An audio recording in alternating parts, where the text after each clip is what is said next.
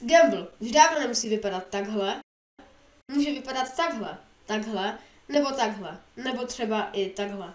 Ano, i hry, které určitě znáte, obsahují nějakou formu gamblu.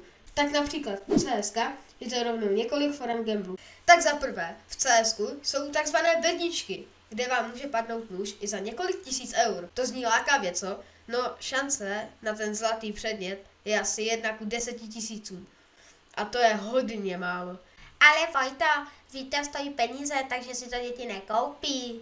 Ano, máš pravdu, ale vlastně ne, protože co udělá Pepík, když se bednu, protože si myslí, že mu z toho něco padne. No Pepík přijde za svou mamkou, ukradne jí kreditku, koupí si bednu a potom mu z toho padne skin za 5 centů. Výsledek, rozbitá držka a safari mesh v inventáři. Gamble stránky jsou všude, jsou jich tisíce a tisíce. Na začátku dostaneš něco lepšího, z čeho ale chceš udělat něco, že jo, ještě větší, takže to dáš do upgraderu. Ten je ale naprogramovaný tak, aby ti to nevylepšil, takže z toho získáš tak max. A zase to stejný s Pepíčkem a kreditkou. Třeba například ten zmiňovaný Pet Simulator 99 je gamble v tom, že jsou tam Pet Simulator vajíčka, které jsou většinou za Robuxy, kde jsou Titanici, kteří stojí třeba i 10 000 korun. Zní lákavě, co? No, cena jednoho vajíčka je v přepočtu 130 korun a šance na Titanika je asi 1 ku 10 000 vajíček. A to už tolik nesedí, co?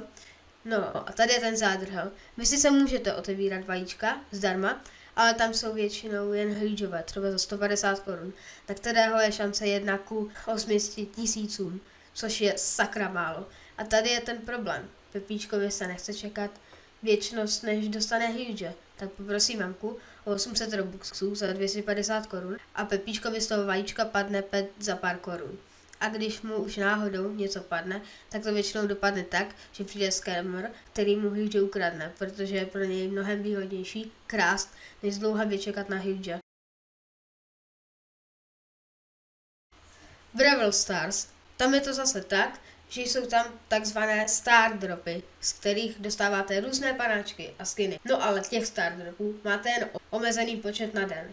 Ale když se malýmu Honzovi zalíbí nějaký brawler a nedostane ho a nechce se mu čekat do dalšího dne, tak vezme máminu kreditku, koupí si gemy a za ně si koupí další star dropy. No a tohle je ten gamble, který je v dnešní době úplně všude a dostupný i pro děti.